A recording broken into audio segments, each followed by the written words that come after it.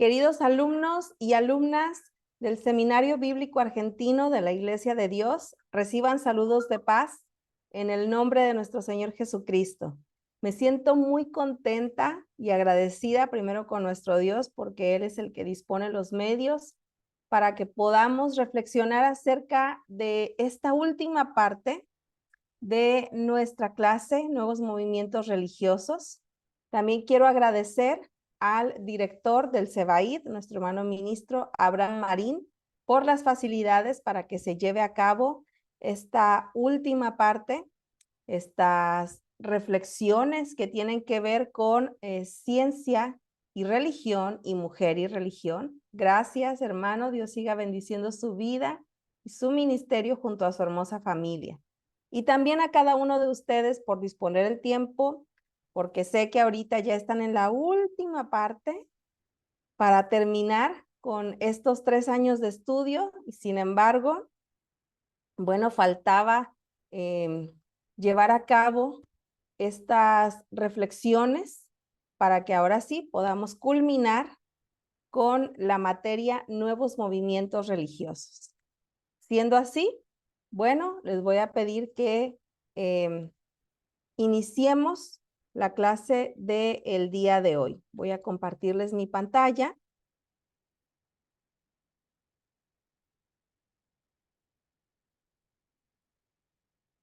Muy bien, ¿sí se ve? Excelente. Y les decía, queridos alumnos y alumnas, que me siento muy contenta. Ha sido una experiencia maravillosa el haber compartido con ustedes este tiempo durante 8 clases que fueron de gran bendición. Pude conocerles, pero también pudimos llevar a cabo reflexiones interesantes acerca de los nuevos movimientos religiosos y nos quedaba pendiente esta última parte, que tiene que ver precisamente con 2 temas que son también relevantes: ciencia y religión, mujer y religión. La dividí en 2 partes para ver clase 9 y clase 10, sin embargo, sabemos que es una en 2, así que vamos a iniciar.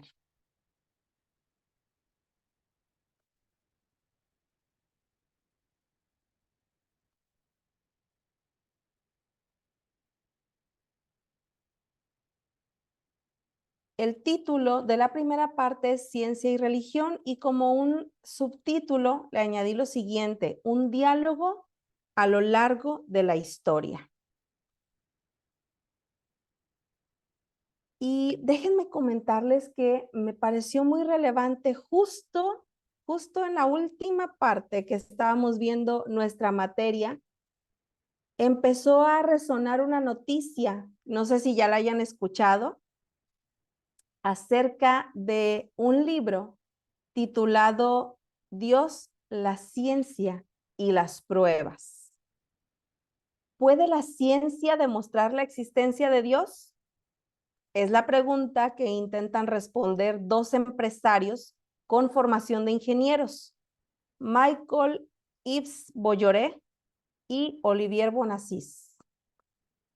Ellos han escrito este libro titulado Dios, la ciencia y las pruebas, y ha sido un fenómeno editorial en Francia, cuya traducción, bueno, es esta precisamente que les acabo de mencionar.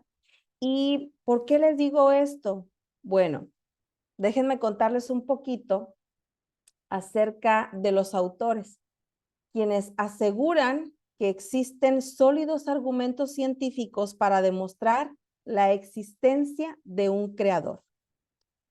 Bueno, uno de ellos, de apellido Bonacis, viene de una de las mayores dinastías industriales del país galo. Y el otro es un teólogo impulsor de la web católica Aleteia. Fue ateo en su juventud, por lo cual resulta bastante interesante cómo estos 2 ingenieros que tienen que ver mucho con las ciencias exactas y demás, hoy día están tan interesados en compartir algunas pruebas científicas respecto a la existencia de Dios y sobre todo que este libro se ha convertido primero en un bestseller en Francia, un país que presume de ser laico y donde gran parte de la población son ateos. Este enfoque que le han dado ha despertado adhesiones entusiastas, pero también críticas feroces, porque estos autores llevan más de 220,000, ejemplares vendidos, han realizado 200 conferencias, debates televisivos y ha causado todo un revuelo en esta nueva era. Fíjense, algo que me pareció interesante y que quiero compartirles son algunas frases que se pueden encontrar. Dice uno de los autores, Michael Bolloré, los dos males de nuestra época son los fundamentalistas, que niegan los hallazgos científicos, y los materialistas, que rechazan sus implicaciones. El segundo autor menciona que el libro ha sido revisado por Robert Wilson. ¿Quién es Robert Wilson? Premio Nobel de Física que descubrió el eco del Big Bang y que es agnóstico. Es decir, no solamente fue algo que a ellos se les ocurrió y que dijeron, bueno, vamos a hacerlo, suena interesante, es una buena idea, sino que además han permitido que otros científicos puedan darle un vistazo a este trabajo. Y los últimos hallazgos científicos, mencionan los autores, hacen necesaria la existencia de un creador para explicar el universo.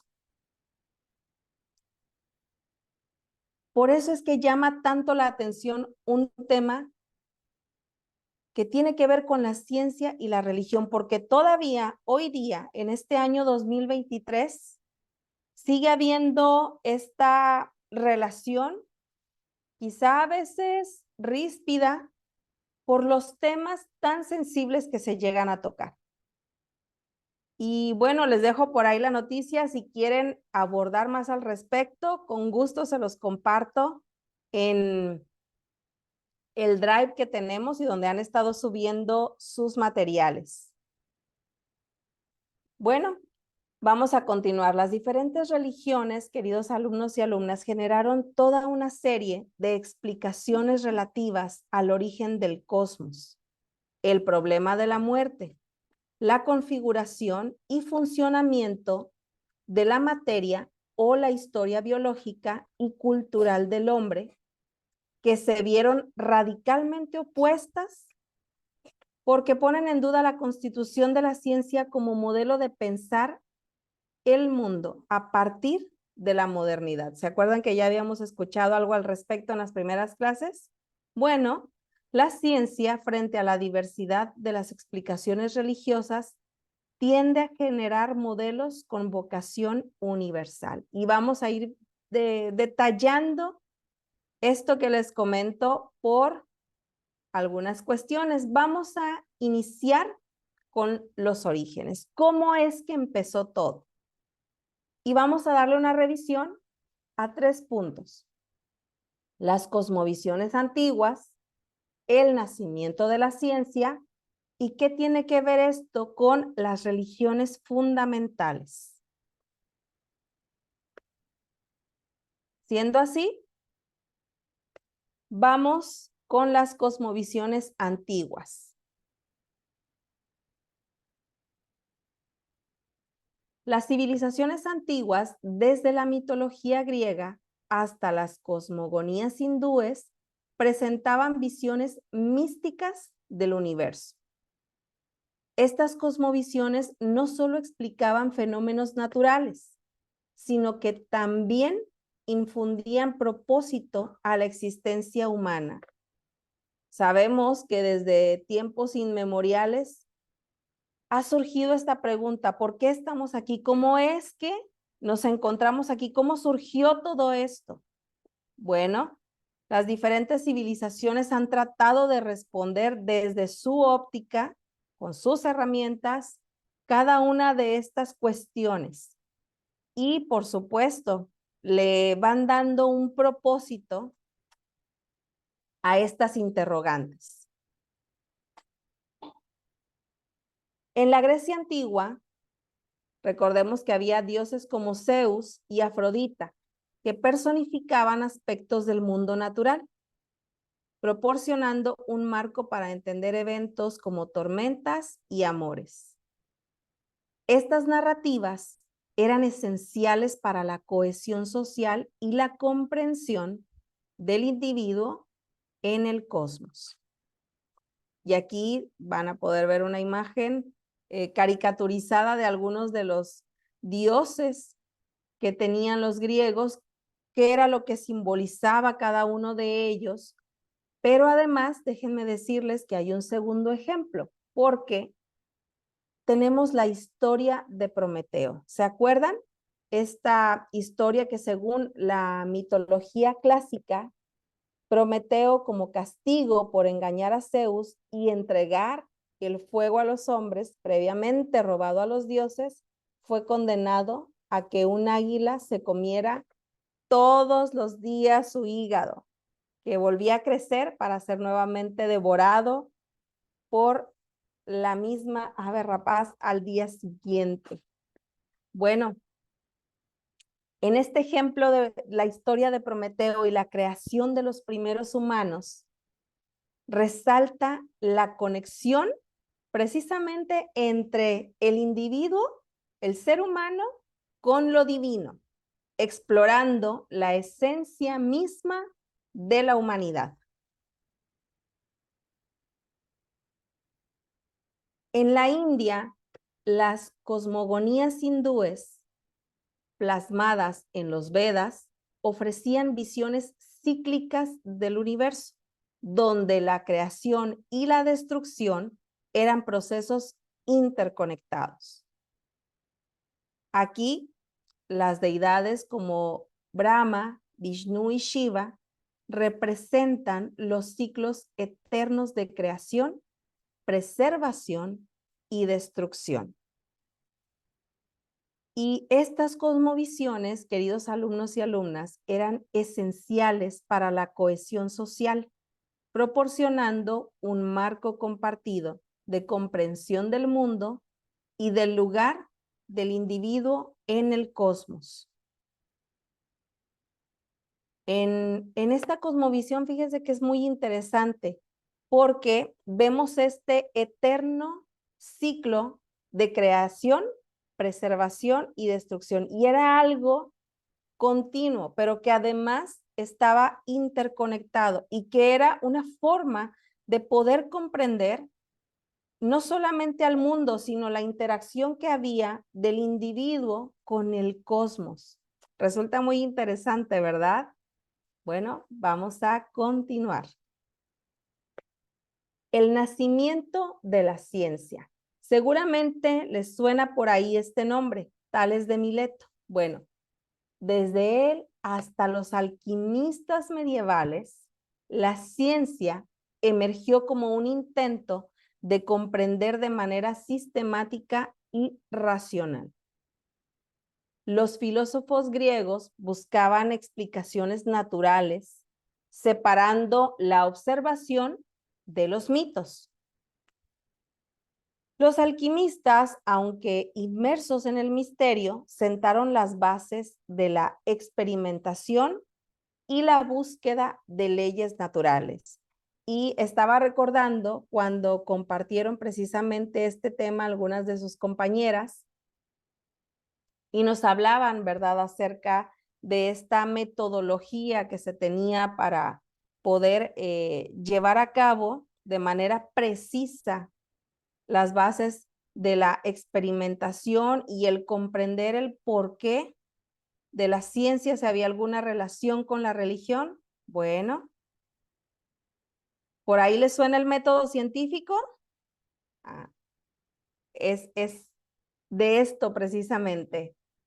¿Y qué tiene que ver con las religiones fundamentales? Bueno, vamos a situarnos en algunas de ellas: el cristianismo, el islam y el hinduismo. ¿Por qué? Porque ofrecen respuestas profundas sobre la creación y la naturaleza divina. En el cristianismo conocemos, por supuesto, el relato del Génesis. En la Biblia se nos presenta esta narrativa de la creación, destacando la creencia de un Dios creador. Como a lo largo de 6 días el Señor va realizando cada una de las cuestiones de la creación, el que hizo el primer día, el segundo, el tercero, el cuarto, el quinto, el sexto y el séptimo reposó. Este relato establece las bases para la ética y la moral cristianas, porque además define la relación entre Dios y la humanidad. Eso es algo que nosotros conocemos, que por supuesto nos es familiar, pero también vamos a poder escuchar y comprender cómo para otras religiones, como el Islam y el hinduismo, tienen esta respuesta respecto a la creación y a la naturaleza divina. En el Islam, el Corán ofrece una perspectiva sobre la creación divina y el propósito de la vida. Los Vedas en el hinduismo, con sus múltiples dioses y diosas, exploran las dimensiones espirituales y éticas de la existencia humana. Estas religiones proporcionan un marco ético y moral. ¿Para qué? Para guiar la vida de sus seguidores, abordando preguntas fundamentales sobre la naturaleza del ser y el universo. Ahora vamos con la segunda parte, el encuentro. Cuando la ciencia se cruza con la religión. ¿Esto sucede? Sí, sí sucede. Y vamos a ver cómo hay desafíos y conflictos en este encuentro entre la ciencia y la religión. La condena de Galileo es un hito emblemático que resalta el conflicto inherente entre la ciencia emergente y las interpretaciones literales de las escrituras religiosas. En el siglo XVII, Galileo Galilei defendió la teoría heliocéntrica, contradiciendo la visión geocéntrica respaldada por la Iglesia Católica. Vamos a irnos un poquitito más atrás, sé que esto ya seguramente ustedes lo escucharon en sus clases, en la primaria. ¿Cuál es la teoría heliocéntrica? Bueno, las primeras referencias que tenemos son con Aristarco de Samos, ya que este astrónomo fue el primero en desafiar la teoría geocéntrica establecida por Aristóteles, que estableció que el Sol era más grande que la Tierra y que la Tierra estaba más lejos del Sol que de la Luna y de las estrellas. Entonces, esta teoría de Aristarco fue muy criticada porque pues era algo que, digamos, causaba ruido, incomodidad, y lo que demostró la teoría heliocéntrica es que la Tierra no es el centro del universo, sino que es el Sol y obviamente la Tierra y los demás planetas giran alrededor. Cuando pasa esto, toma fuerza conforme pasa el tiempo, y Copérnico en el siglo XVI pone, digamos, la primera piedra para reforzar esta teoría heliocéntrica. Sin embargo, 100 años más tarde es Galileo Galilei el que se hace responsable y perfecciona, además de complementar el estudio de Copérnico, respecto a esta teoría. Obviamente, el hecho de contradecir lo que la Iglesia Católica enseñaba pone a Galileo en serios problemas. Y no solamente eso, sino que además es llevado a juicio. En 1616, la Inquisición declaró el heliocentrismo formalmente herético y todos los libros que hablaran o hicieran referencia al heliocentrismo fueron prohibidos. Y Galileo fue condenado a abstenerse de enseñar o a defender ideas heliocéntricas. Cuando hay este problema entre ciencia y religión, una vez que se han cruzado, y este es un gran ejemplo al respecto, causa no solamente tensión entre la fe, sino entre todos aquellos que están dispuestos a defender una y otra postura. Esta contradicción con las interpretaciones bíblicas, me refiero a la teoría heliocéntrica de Galileo, llevó a la Inquisición a condenar a Galileo por herejía. Ya no solamente era estar prohibidos los libros y no se menciona nada al respecto y demás, sino que a él también lo condenan. Y este evento simbolizó la tensión entre la fe y la arraigada tradición religiosa y el progreso científico que desafiaba a las creencias establecidas.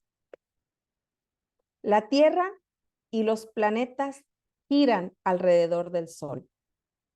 No es la Tierra el centro del universo, pero esto le salió muy caro a Galileo. Y cuenta una anécdota que cuando estaba siendo enjuiciado, él dijo entre dientes, y sin embargo, se mueve. Pero es una anécdota. Hay quienes dicen que esto realmente no sucedió, que posiblemente pusieron esas palabras en Galileo para de alguna manera defender su teoría y no quedarse callado. Bueno, este desafío no solo fue una confrontación de teorías astronómicas, sino un enfrentamiento más amplio entre la autoridad religiosa y el método científico basado en la observación y la evidencia. La condena de Galileo marcó un periodo en el que la ciencia y religión se veían como rivales en lugar de socios en la búsqueda del conocimiento.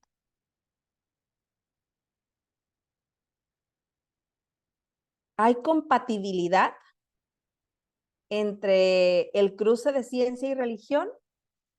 Bueno, a pesar de los conflictos históricos, ha habido periodos en los que la ciencia y la religión han encontrado puntos de armonía. ¿Sí? Teólogos como Agustín de Hipona y Tomás de Aquino abogaron por la compatibilidad entre la fe y la razón. Agustín, en particular, sostenía que la verdad no podía contradecirse y que si algo demostraba ser verdadero científicamente, no debería tener conflicto con la verdad divina. Fíjense qué manera tan interesante de resolver esto. Bueno, si hay algo que ya está demostrado científicamente, no debería entrar en conflicto con lo divino. Y eso es lo que debe prevalecer. Pero ¿qué pasa? ¿Qué pasa cuando hay preguntas sin respuesta? Y déjenme decirles que filosóficamente ciencia y religión enfrentan preguntas sin respuestas definitivas. El origen del universo es una de las cuestiones intrincadas que desafía las explicaciones, ya sea exclusivamente científicas o religiosas. A pesar de los avances en la cosmogonía y la física teórica, la pregunta sobre el por qué existe el universo sigue siendo un enigma sin una respuesta clara.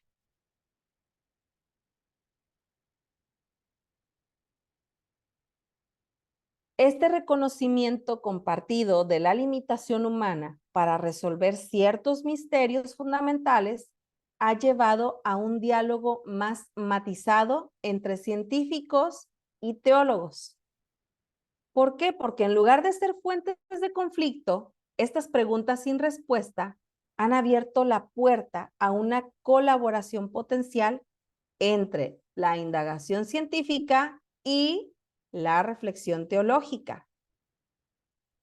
No hay por qué vivir en un constante conflicto, más bien hay que dar apertura al diálogo y buscar potenciar cada una de estas dos ramas para poder tener una colaboración importante y llegar a un acuerdo, llegar a que este cruce entre ambas pues sea útil, pero que además pueda dar respuestas importantes para la humanidad.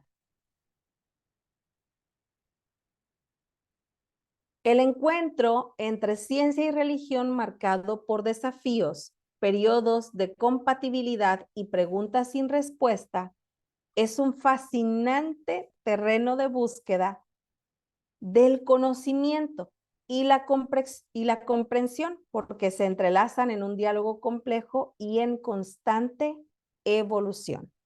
No es lo mismo lo que se pensaba, digamos, con estas dos teorías que veíamos hace un momento, donde primero se creía que la Tierra era el centro del universo y después se demuestra que no. Pero fíjense qué manera tan interesante de verlo. Si en lugar de haber rechazado a Galileo la propuesta que tenía respecto a esta nueva teoría, la iglesia se hubiera sumado, se hubiesen ahorrado tantos problemas, tanta censura y además las prohibiciones que trajo consigo. Cuando hay un encuentro entre ciencia y religión, sí puede haber compatibilidad. Se da lugar a que esas preguntas sin respuesta quizá puedan llegar a un mejor término. Y además, es interesante cuando ambas trabajan en la búsqueda del conocimiento, porque eso enriquece al ser humano.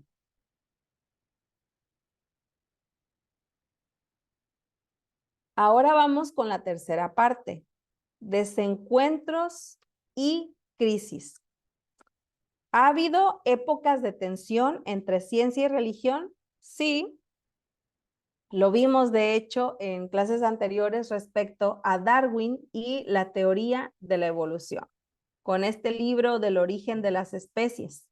Porque recordemos que la teoría de la evolución de Charles Darwin, presentada en su obra El origen de las especies en 1859, desencadenó una de las épocas más tensas entre la ciencia y la religión.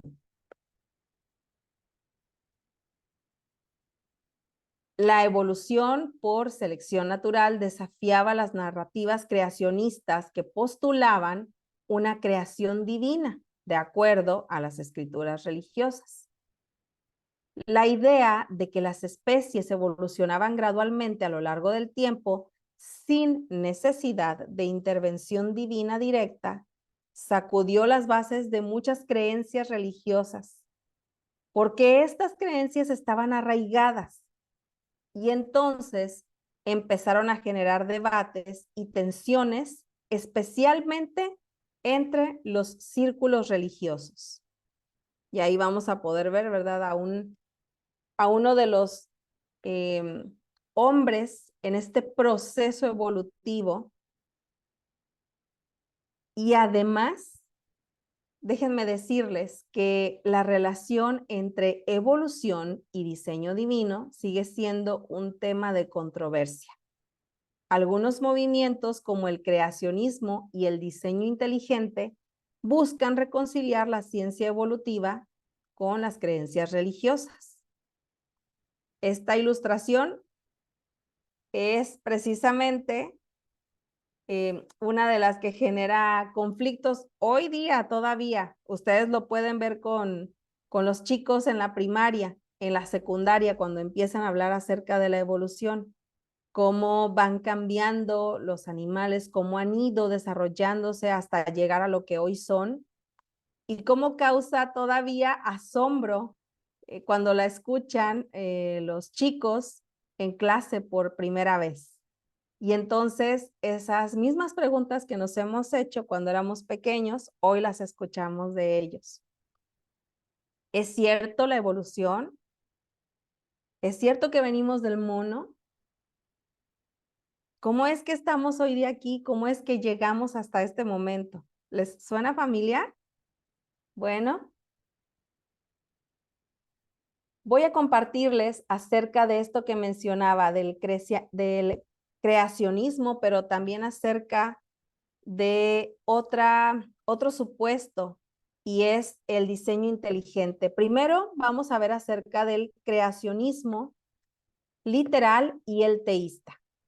El creacionismo literal argumenta que las escrituras religiosas como el Génesis en la Biblia deben interpretarse de manera literal.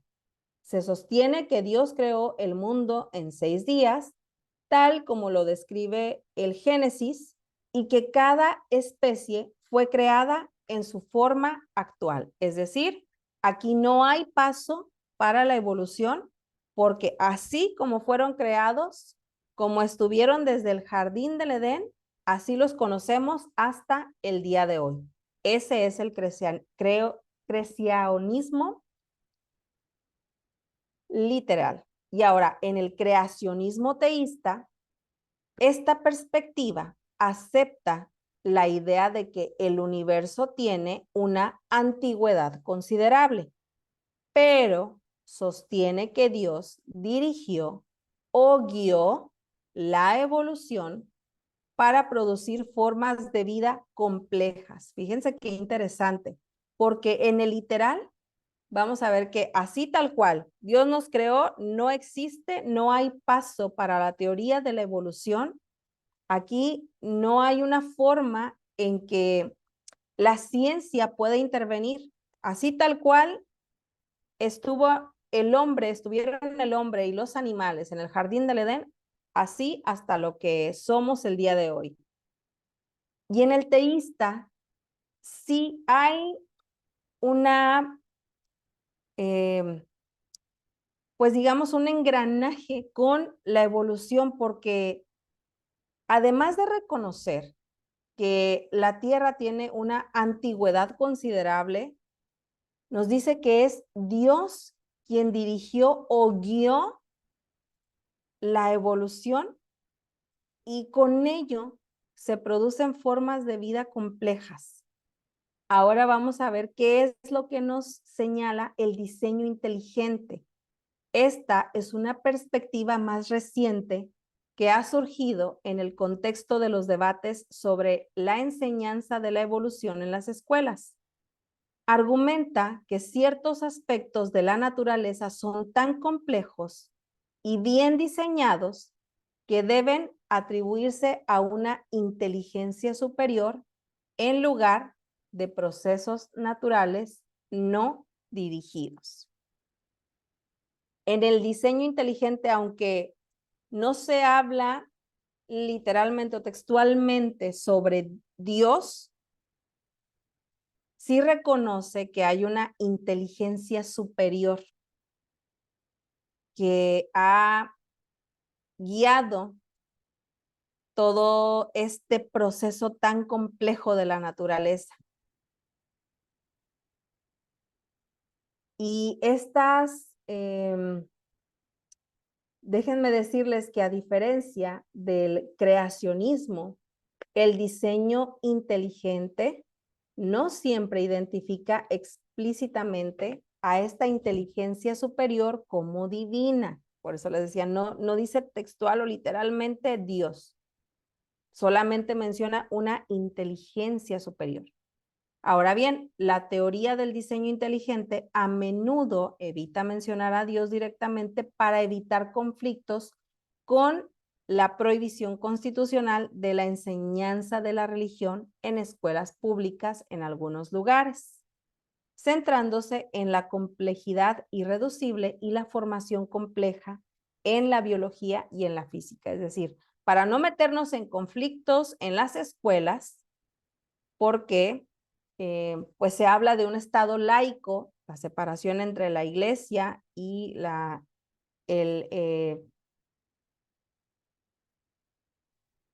iglesia y el Estado. Bueno, no se habla de Dios, pero sí de una inteligencia superior. Y ya con esto, bueno, nosotros podemos entender que ya por lo menos hay una apertura para tomar en cuenta que esta inteligencia superior es quien ha creado o ha guiado esta forma.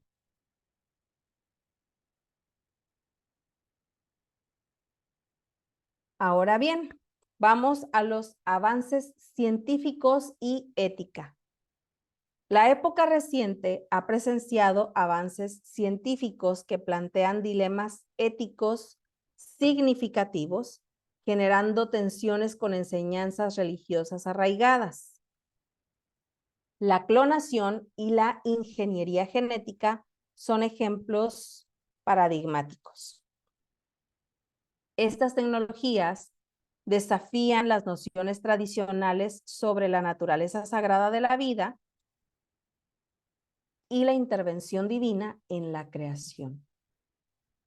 Si han escuchado acerca de esto, porque recuerden que hace unos años empezó a sonar mucho la clonación cuando los científicos en Inglaterra empezaron a manipular la ciencia y la creación de aquella oveja llamada Dolly fue, digamos, la apertura para que la clonación se conociera y además hubiese ya una prueba fidedigna de que se podía llevar a cabo. El proceso de clonación que permite la reproducción asexual y la creación de organismos idénticos genéticamente, pues nos plantea preguntas éticas profundas sobre la identidad y la individualidad. Solo por mencionar algunas.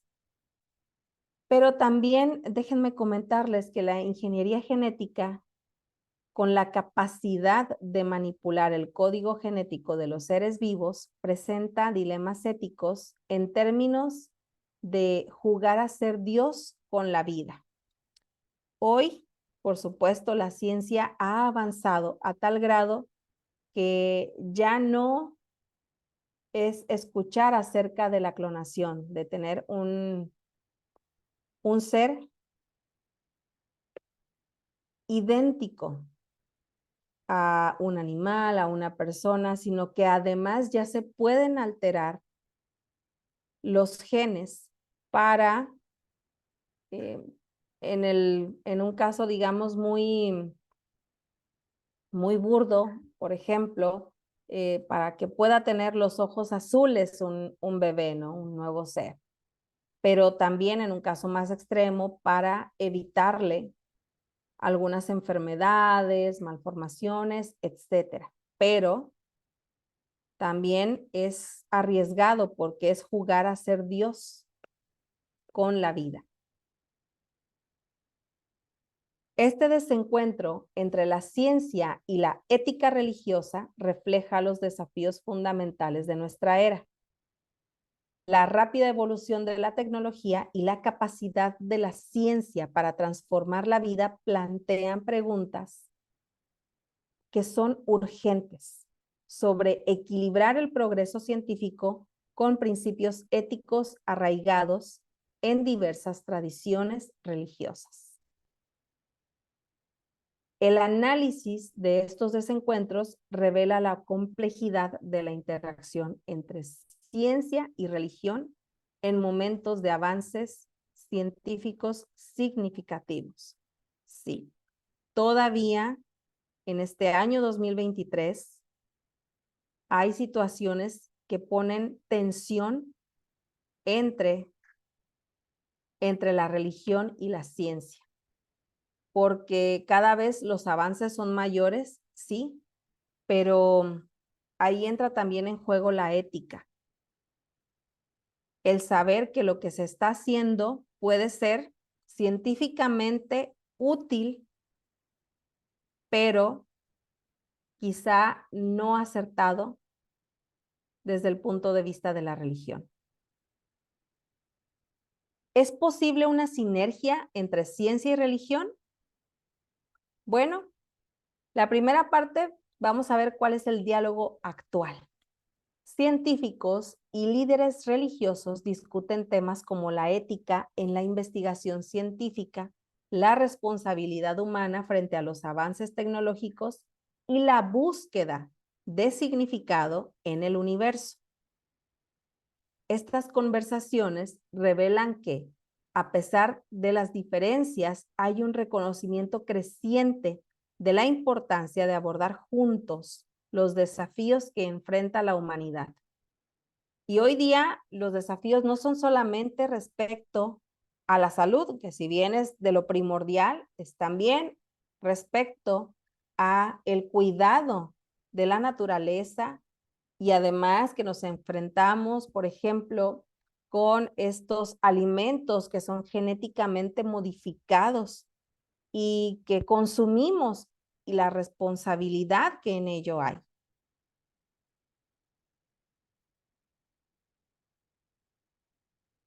Vamos con el punto número 2, la importancia de la tolerancia y el respeto mutuo entre la ciencia y la religión.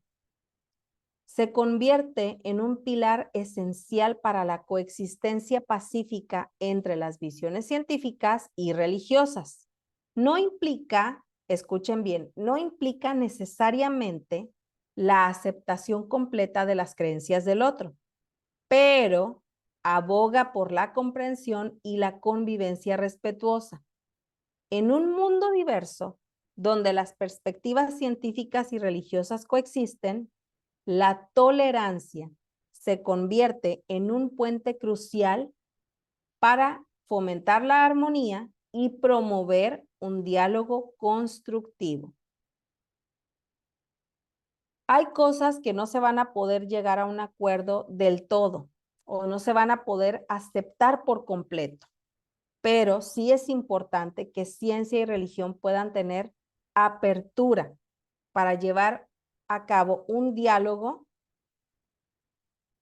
con armonía. Ser tolerantes es algo fundamental en este diálogo. Si bien ya habíamos escuchado del diálogo interreligioso, bueno, el diálogo entre la ciencia y la religión es también de suma importancia, porque entonces, además de que va a ser constructivo, crea puentes en los que, claro que puede haber una sinergia. Y ya con una visión hacia el futuro, la colaboración entre la ciencia y la religión puede ser clave para abordar los desafíos globales, desde cuestiones éticas en la inteligencia artificial hasta la preservación del medio ambiente. La sinergia constructiva entre estos dos campos podría ofrecer soluciones más comprensivas y equitativas. y aquí quiero dejarles una recomendación. Esta es una película que acaba de salir en Netflix acerca de el Pod Generation. No sé si ya la hayan visto. Se supone que están en el año 3000, si mal no recuerdo, o 2000 y algo más. Es decir, ya es una época más avanzada de donde nos encontramos. Y resulta que ya los bebés nacen y se gestan fuera, para empezar, fuera del cuerpo de la mujer, pero además es en esta especie de cápsula, ya puede tener, digamos, de acuerdo a la ingeniería genética, algunos rasgos que quieran que lleven.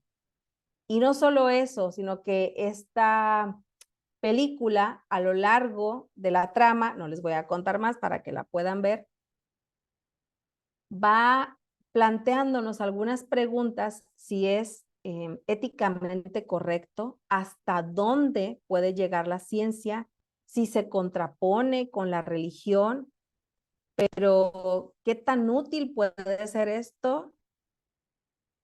Véanla y ojalá puedan dejar sus comentarios también en el video, ya que hayan, digamos, eh, que hayan reflexionado acerca de la clase, pero también qué es lo que está pasando en nuestro mundo. Cómo en esta época ciencia y religión, además de tener un diálogo tolerante, deben de trabajar, pueden trabajar en conjunto y cuán útil es el hecho de que así sea. Y antes de finalizar con este punto, quiero compartirles el siguiente video. Pueden coexistir la religión y la ciencia. La relación entre religión y ciencia a veces parece conflictiva, pueden perfectamente coexistir, e incluso enriquecerse mutuamente. Es hora de dejar atrás ideas preconcebidas y abrir la mente. En este video te mostraré que religión y ciencia no están peleadas. Al contrario, se complementan como dos caras de la misma moneda en nuestro anhelo de comprender la realidad. La ciencia estudia los hechos y las leyes del universo físico. La religión, en cambio, se preocupa por el significado espiritual de la vida y el destino eterno. Sus enfoques son complementarios, no opuestos. La ciencia no puede probar ni refutar la existencia de Dios o la validez de las experiencias religiosas. Y la religión tampoco puede demostrar científicamente sus afirmaciones sobre lo divino. Cada ámbito tiene sus propios métodos y campos de acción. Es cierto que algunas cosmologías religiosas resultan superadas por los avances científicos, pero el núcleo de las enseñanzas espirituales permanece vigente más allá de las teorías sobre el universo físico. La fe religiosa no debería temer a la investigación científica si está bien fundamentada. Una cosmovisión equilibrada requiere integrar ambas perspectivas, la material y la espiritual. En conclusión, ciencia y religión pueden y deben coexistir armoniosamente. Cada una aporta una visión complementaria sobre la realidad, sin negar ni contradecir a la otra. Un diálogo respetuoso entre ambas será fructífero. Y así es, un diálogo respetuoso, tolerante entre ambas va a traer grandes frutos a los seres humanos y por supuesto nos va a permitir generar un puente de comunicación entre estas dos ramas.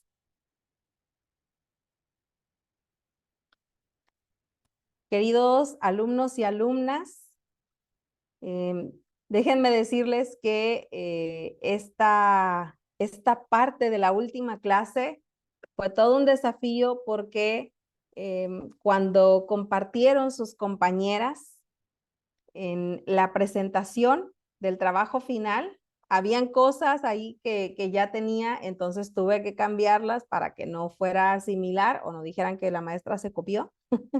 Entonces, pues bueno, espero de todo corazón que sea útil la información que hayamos visto.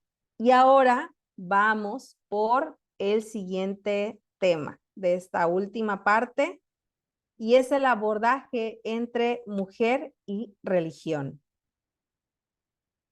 que también ha sido muy enriquecedor el material que compartieron sus compañeras y además desafiante. Por ahí además les voy a dejar un libro en el Drive que ustedes tienen, donde estuvieron compartiendo sus trabajos finales, las presentaciones, videos, para que puedan revisarlo. Cuando tengan un tiempecito, dense la oportunidad de regresar al Drive y ahí les voy a dejar unas sorpresas. Ahora vamos entonces con el siguiente tema, que es la clase 10, mujer y religión.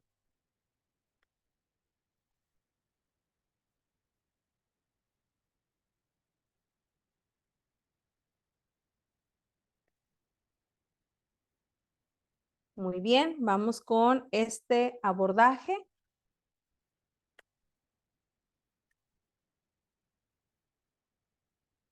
Y quiero compartirles acerca de cómo las religiones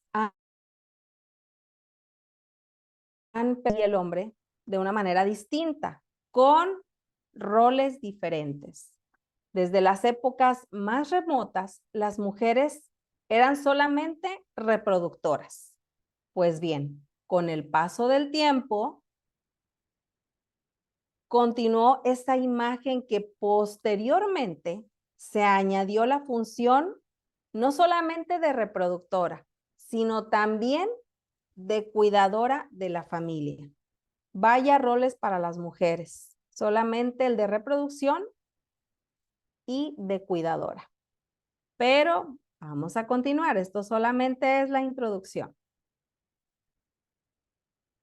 Las representaciones de la mujer en las primeras religiones varían considerablemente, porque en muchas culturas antiguas las deidades femeninas desempeñaban roles importantes en la mitología y la adoración.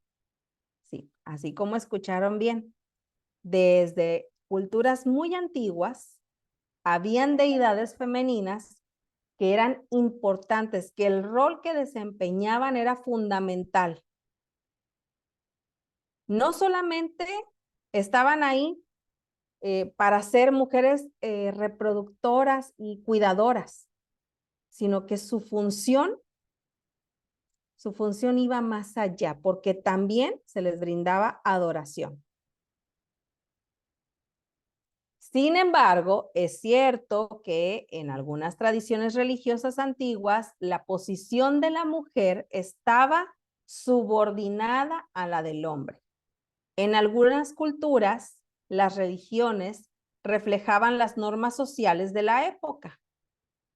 Y, bueno, las mujeres a menudo eran relegadas a roles más domésticos, es decir, menos prominentes en lo religioso.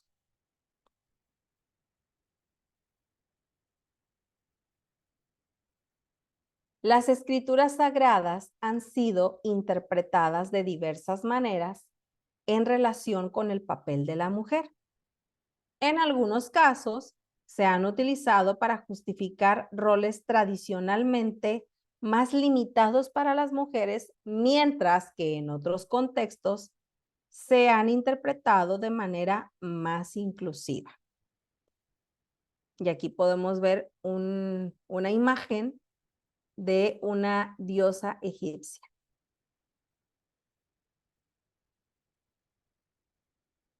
Ahora vamos a comenzar con Egipto y Mesopotamia, roles sacerdotales y deidades femeninas.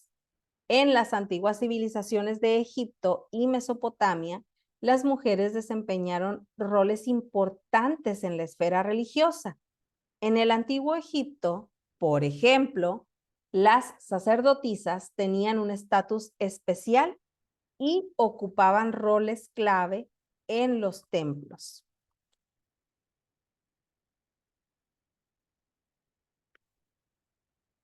Las sacerdotisas además eran responsables de realizar rituales, cuidar de los templos y actuar como intermediarias entre los dioses y la gente. En algunos casos, las mujeres también tenían el título de divina adoradora, un rol con importantes funciones rituales y religiosas. Es decir, las mujeres no solamente estaban para ser reproductoras, no solamente tenían el rol de quedarse en casa, sino que las sacerdotisas, en este caso en Egipto, representaban un papel de suma importancia porque eran intermediarias. ¿Se imaginan? Esto era, por supuesto, algo relevante, era de gran importancia y destacaban porque además tenían el título de divinas adoradoras. Ahora vamos con las deidades. Tanto en Egipto como en Mesopotamia había numerosas diosas asociadas con la fertilidad, la maternidad y la protección. En Egipto, Hathor, que es esta diosa que ustedes pueden ver por acá en la imagen, estaba vinculada con la música, el amor, la maternidad y la alegría. Además, la diosa Isis era venerada como la madre divina y protectora de la familia. En Mesopotamia, la diosa Ishtar era adorada porque su función era la de la fertilidad, el amor y la guerra.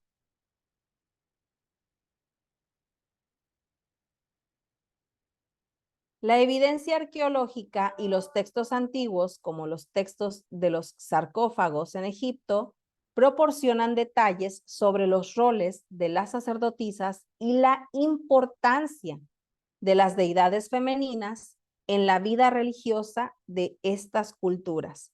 Hay evidencia, por supuesto, evidencia arqueológica donde se detalla, donde se puede encontrar cuál importante era el rol de la mujer desde las deidades, pero también como sacerdotisas, la importancia que tenían en estas culturas, en estas religiones. Pero ahora vamos a avanzar un poquito más y vamos a llegar hasta Grecia y Roma. Y aquí vamos a encontrarnos algo no tan similar, por no decir opuesto, a lo que estaba sucediendo en Egipto y Mesopotamia, porque nos vamos a encontrar con la exclusión de los roles religiosos para las mujeres. Fíjense, en contraste, en las culturas griega y romana, el papel de las mujeres en la religión era más limitado. Aunque había algunas sacerdotisas, las mujeres, en su mayoría, estaban excluidas de los roles religiosos significativos. En la religión griega, la mayoría de los sacerdotes eran hombres y las mujeres tenían un papel secundario respecto a los rituales.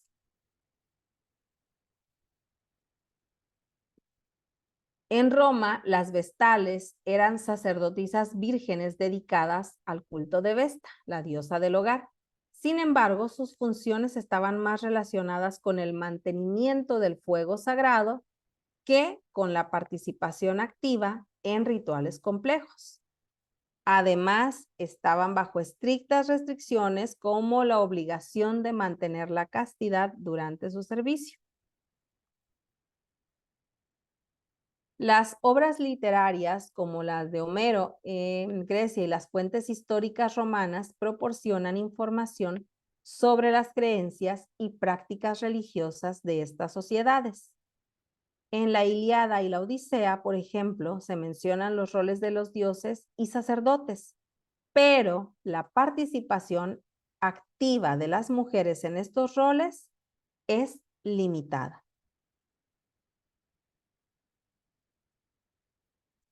Vamos ahora a empezar con las religiones fundamentales. ¿qué vamos a encontrar en el judaísmo respecto a la mujer? Históricamente, las mujeres judías estaban excluidas de ciertos rituales y del sacerdocio, principalmente debido a interpretaciones específicas de la ley religiosa judía, la halajá. Por ejemplo, las mujeres no podían ser rabinos ni liderar ciertos aspectos de la liturgia. Además, en el hogar, las mujeres eran responsables de mantener las tradiciones religiosas, observar rituales domésticos y transmitir la fe a las generaciones futuras. ¿Les suena? Recuerden que al principio de esta clase estábamos viendo acerca de que en los tiempos muy antiguos, en las primeras civilizaciones, este era el papel de la mujer. El de la reproducción, el del cuidado y además se le agregó el de los rituales domésticos en el caso del judaísmo y el transmitir la fe a las siguientes generaciones. A lo largo de la historia se han destacado maestras y eruditas judías que contribuyeron significativamente al conocimiento religioso y a la interpretación de las escrituras. Un ejemplo destacado es Débora, una figura bíblica que se destaca como jueza y profetiza en el libro de los jueces. Su liderazgo en tiempos de conflicto es un testimonio de que incluso en épocas antiguas las mujeres podían desempeñar roles importantes en la vida religiosa y social. Sí existían, aunque eran las menos, eso también cabe mencionarlo, sí hubieron mujeres que destacaron en el liderazgo. No conocemos muchas, pero Débora es una de las pocas que podemos encontrar. Ahora bien, ¿qué nos dice el Islam acerca de la mujer? Las enseñanzas fundamentales reconocen la igualdad entre hombres y mujeres en términos de fe y adoración. El Corán, el libro sagrado del Islam, enfatiza la equidad entre los creyentes, independientemente de su género. En varios versículos se destaca que hombres y mujeres son compañeros y se anima a ambos a buscar el conocimiento, practicar la justicia y adorar a Dios, o Alá, como ellos lo conocen. Y aquí este versículo significativo del Corán, que se encuentra en el 49:13, y dice así: oh humanidad, os hemos creado de un varón y una hembra, y os hemos dividido en pueblos y tribus para que os conozcáis mutuamente. El más noble de vosotros ante Alá es el más piadoso. Alá es conocedor y está bien informado. ¿Qué les parece?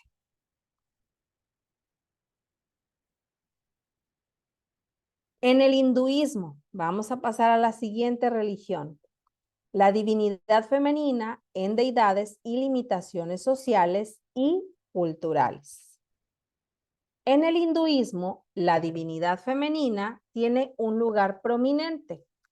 Diversas diosas como Lakshmi, que es esta imagen que ustedes ven por acá, Savarasti y Durga son adoradas y veneradas como manifestaciones de lo divino femenino. Estas deidades representan aspectos diferentes de la vida, la sabiduría, la prosperidad y la fuerza, subrayando la importancia de lo femenino en la espiritualidad hindú.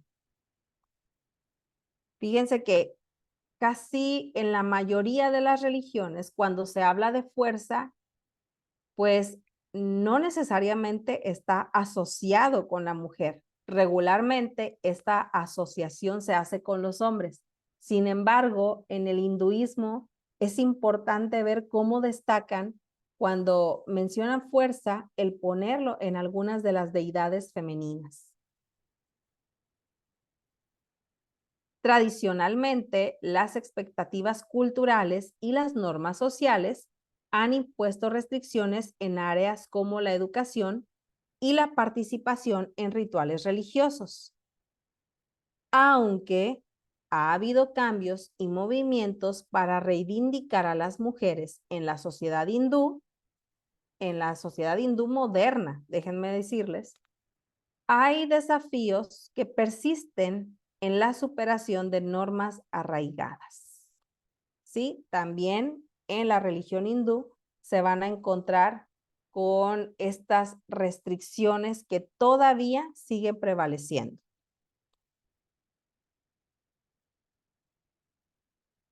Vamos ahora, ¿cuál es la perspectiva del budismo? Vamos a conocerla, ¿qué nos pueden mostrar respecto a la inclusividad de género con desafíos en los roles monásticos? Y es sorprendente, queridos alumnos y alumnas, porque regularmente cuando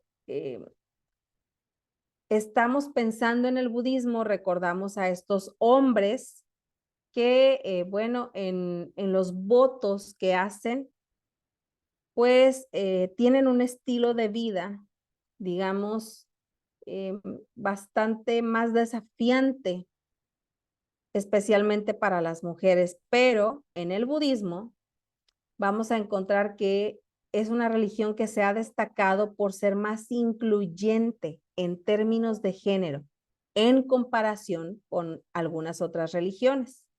Las enseñanzas del Buda enfatizan la igualdad de todos los seres, independientemente de su género. Y por si a ustedes no les había tocado ver a mujeres en el budismo, les dejo esta imagen donde el color de su vestimenta es en rosa, distinta a la de los varones. Sin embargo, también vamos a encontrar a mujeres con este mismo color de atuendo, porque recordemos, como en todas las religiones, hay diferentes ramas dentro de una misma religión. Sin embargo, a pesar de esta inclinación hacia la igualdad, las mujeres en algunas tradiciones budistas han enfrentado desafíos en la obtención de roles monásticos igualitarios. En ciertos sectores, las mujeres han luchado por la igualdad en el acceso a la ordenación monástica y a la participación plena en la vida monástica. La igualdad de género en este ámbito sigue siendo un tema debatido en algunas ramas del budismo. Aunque si bien hay más apertura, aunque también se reconoce que las mujeres pueden formar parte de la vida monástica, el rol que desempeñan no en todas las ramas del budismo es aceptado y no en todas pueden desempeñar el mismo rol que tienen los varones. Y en el cristianismo, vamos a empezar con el primer punto, porque ahora vamos con pues esta religión que tiene que ver con nosotros. Y el primer punto es la evolución de los roles de las mujeres desde los primeros días hasta la institucionalización de la iglesia. En los primeros días del cristianismo, las mujeres jugaron roles activos y fundamentales en la comunidad cristiana emergente.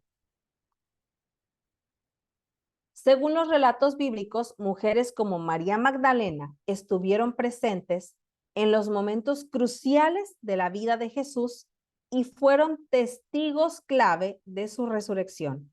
Recordemos que quienes primero se dan cuenta son parte de este relato de la resurrección de Jesús son las mujeres. Además, en las epístolas del Nuevo Testamento se mencionan mujeres como colaboradoras importantes en la difusión del mensaje cristiano. ¿Se acuerdan, por ejemplo, de la mujer que está sentada junto al pozo, ¿sí? De la samaritana. ¿Qué es lo que hace cuando tiene este diálogo con Jesús? No se queda con ello. Ella va corriendo al pueblo y empieza a anunciar a este varón, a este hombre que le ha dicho todo lo que ella es. Pero también otro ejemplo notable es Febe, mencionada en la epístola a los romanos por Pablo. Se la describe como una diaconisa y benefactora de la iglesia, lo que sugiere que las mujeres, escuchen bien, tenían roles activos y reconocidos en las comunidades cristianas primitivas. Sin embargo, a medida que la iglesia se institucionalizó, los roles de las mujeres se vieron limitados. Se adoptaron interpretaciones doctrinales que restringían la participación de las mujeres en el liderazgo eclesiástico y en ciertos rituales. La iglesia cristiana, en gran medida dominada por estructuras patriarcales, excluyó a las mujeres de roles como el sacerdocio. Y aquí ya empezamos a ver, queridos alumnos y alumnas, que, bueno, a pesar de que fueron las mujeres testigos de la resurrección, que algunas de ellas apoyaban la obra misionera, siendo benefactoras, conforme la iglesia toma fuerza, se institucionaliza, estos roles comienzan a cambiar.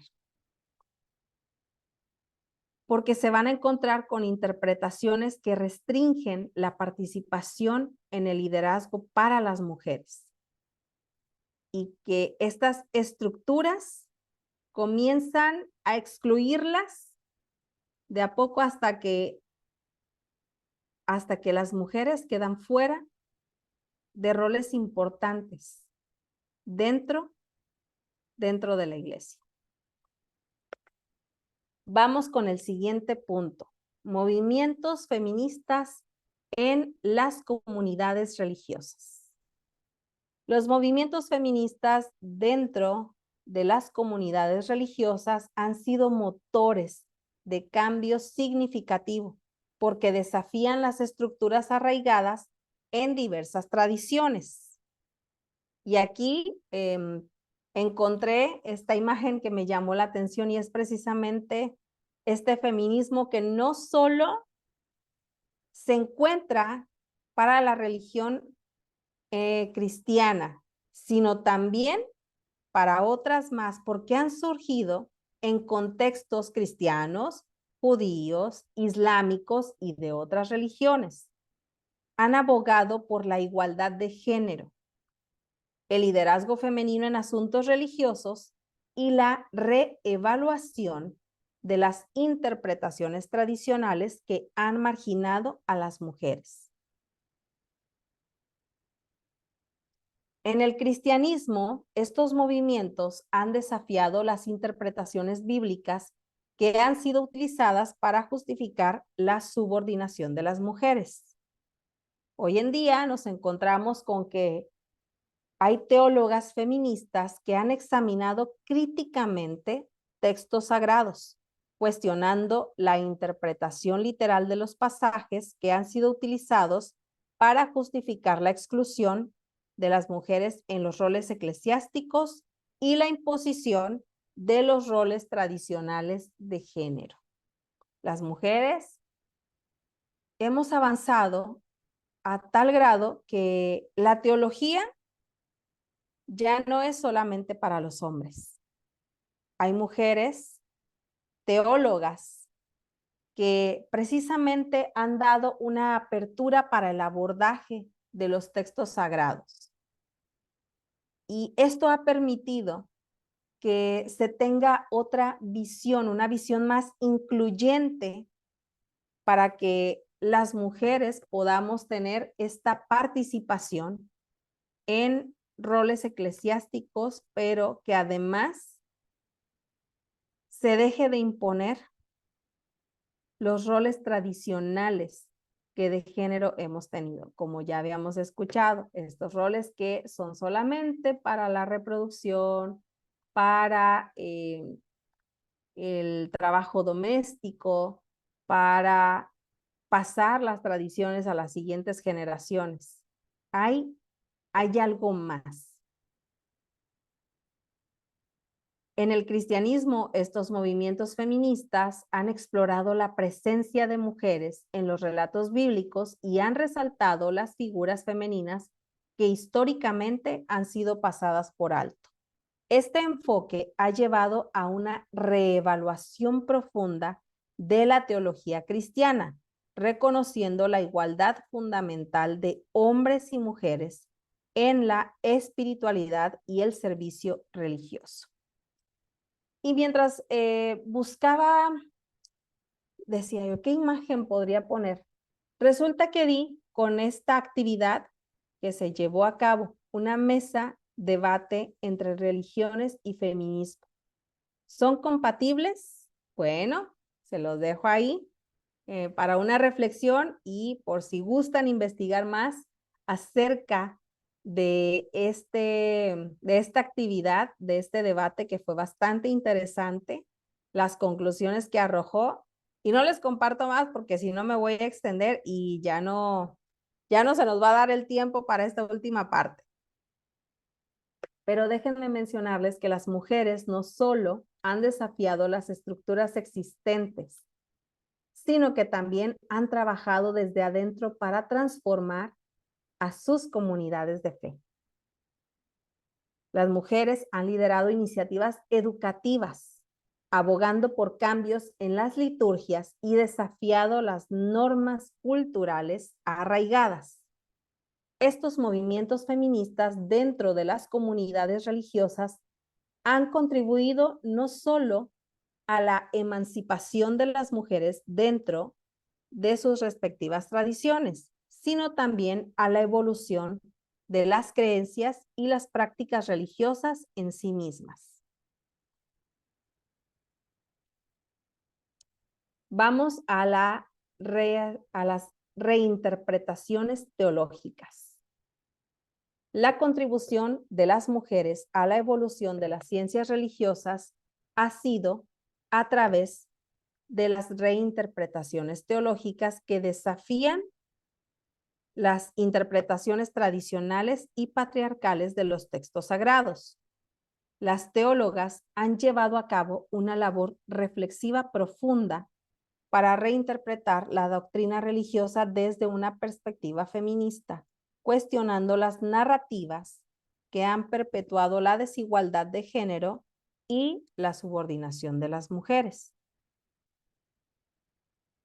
En el cristianismo se han examinado las enseñanzas sobre el pecado y la redención, buscando liberar a las mujeres de las constricciones impuestas por las interpretaciones tradicionales.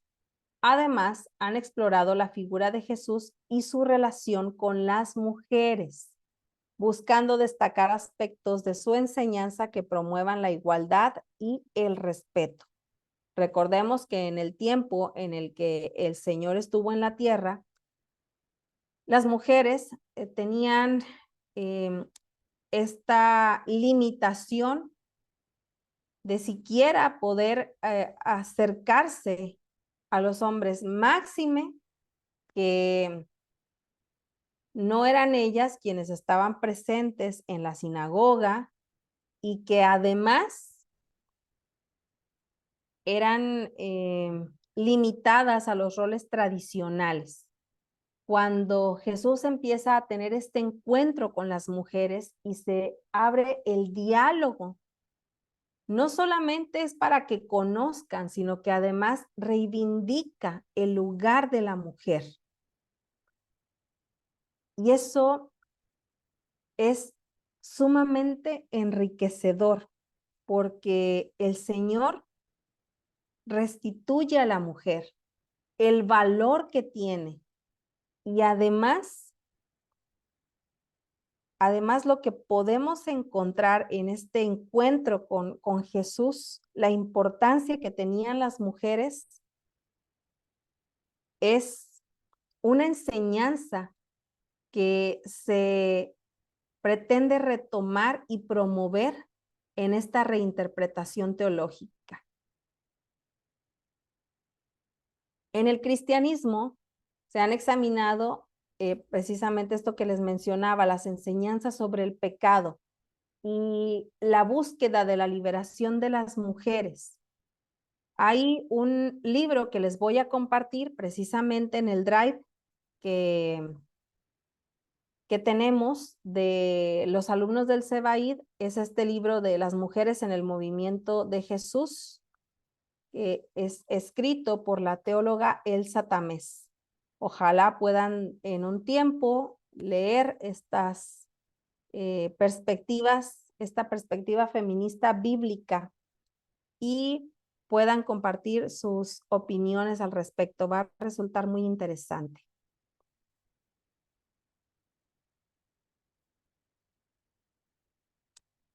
Bueno, queridos alumnos y alumnas, hay desafíos con respecto al tema de mujer y religión, ¿sí? Sí los hay.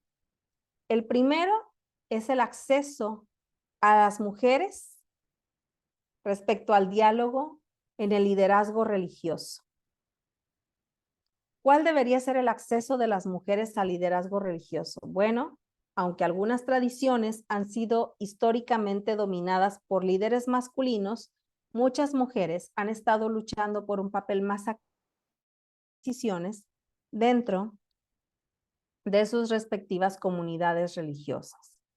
Y déjenme decirles que para mí resultó muy interesante el saber que en la iglesia en Argentina y en Colombia reconoce el liderazgo de las mujeres en el diaconado, por ejemplo. Y no solamente es por la apertura que tienen en el servicio dentro de la iglesia, sino que además el respaldo que se les brinda es de gran importancia. Les decía cuando veíamos este tema expuesto de una manera muy interesante y muy enriquecedora de parte de sus compañeras, que es fascinante ver cómo el liderazgo en estas comunidades de fe en las que ustedes se encuentran en Sudamérica, hay tanto que aprenderles acá en México, porque es precisamente esta apertura lo que permite que la iglesia se enriquezca y que crezca por el acceso que se tiene y el soporte, la determinación que hay para que las mujeres también puedan tener un papel activo dentro de la toma de decisiones. El segundo desafío, el ministerio de todos los creyentes, por el que proclamamos la igualdad espiritual entre hombres y mujeres. La realidad a menudo muestra disparidades significativas en los términos de roles, responsabilidades y oportunidades. Las enseñanzas religiosas deben reinterpretarse o adaptarse para reflejar los valores contemporáneos, pero dando prioridad al ministerio de todos los creyentes. Cuán importante es que este desafío pueda tomarse y dialogar al respecto, pero también llegar a buen término, porque entonces ya no habrá esa disparidad en los términos de roles, porque entonces las responsabilidades van a poder ser compartidas y las oportunidades van a generar un diálogo con las nuevas generaciones, que déjenme decirles, esto es importante, porque si bien ya les compartía y les comentaba en temas anteriores, ustedes pregúntenle a las nuevas generaciones qué es lo que esperan de la iglesia en términos de mujer y religión, y se van a dar cuenta de cuál es la visión de las nuevas generaciones para la iglesia en este tema. Resulta bien interesante. Ojalá lo puedan hacer en su comunidad de fe. Como conclusión, queridos alumnos y alumnas, las controversias actuales entre las mujeres y la religión reflejan la complejidad y la diversidad de creencias en la sociedad contemporánea. Estos debates no solo abordan cuestiones teológicas, sino que también tocan aspectos fundamentales de los derechos humanos, la autonomía personal y la igualdad social. La resolución de estas controversias probablemente requerirá de un diálogo abierto, comprensión mutua y un equilibrio entre la preservación de las tradiciones religiosas y la adaptación a las cambiantes sensibilidades sociales. Que Dios nos permita tener este diálogo, tener apertura y sobre todo ser sensibles a lo que se requiere en cuanto a los cambios sociales. Deseo, queridos alumnos y alumnas, que estos temas que hemos abordado en esta última parte de la materia Nuevos Movimientos Religiosos puedan enriquecerles en su liderazgo, en su pensamiento y sobre todo en la apertura que tengamos en estos temas tan interesantes. Estos últimos dos temas han sido desafiantes, pero también nos permiten tener un abordaje con una gran responsabilidad desde nuestro liderazgo, desde nuestra comunidad de fe. Y como les decía anteriormente, es importante verlos con tolerancia, así como en el diálogo interreligioso, pero con mucho cuidado, con cautela, para poder tomar lo que en este diálogo y en esta apertura pueda ser interesante desarrollar y, por supuesto, darle un sentido que sea útil en nuestra comunidad de fe. Queridos alumnos y alumnas, déjenme decirles que este tiempo ha sido muy importante y valioso. Deseo que de todo corazón el Señor siga guiándoles en esta última etapa de sus estudios en el Seminario Bíblico Argentino. Que el Señor continúe dándoles gracia, sabiduría, entendimiento y sobre todo que les bendiga aún más junto a sus hermosas familias. Y quiero terminar con este versículo que ya les había compartido anteriormente. Es un versículo que para mí es de gran importancia y que además refleja cuál es mi deseo para cada uno de ustedes. Y se encuentra en la carta a los Romanos, capítulo 15, versículo 13. Y esta es mi oración para cada uno de ustedes. Que el Dios de esperanza los llene de todo gozo y paz en el creer, para que abunden en esperanza por el poder del Espíritu Santo. Que Dios les bendiga en gran manera y paz a vosotros.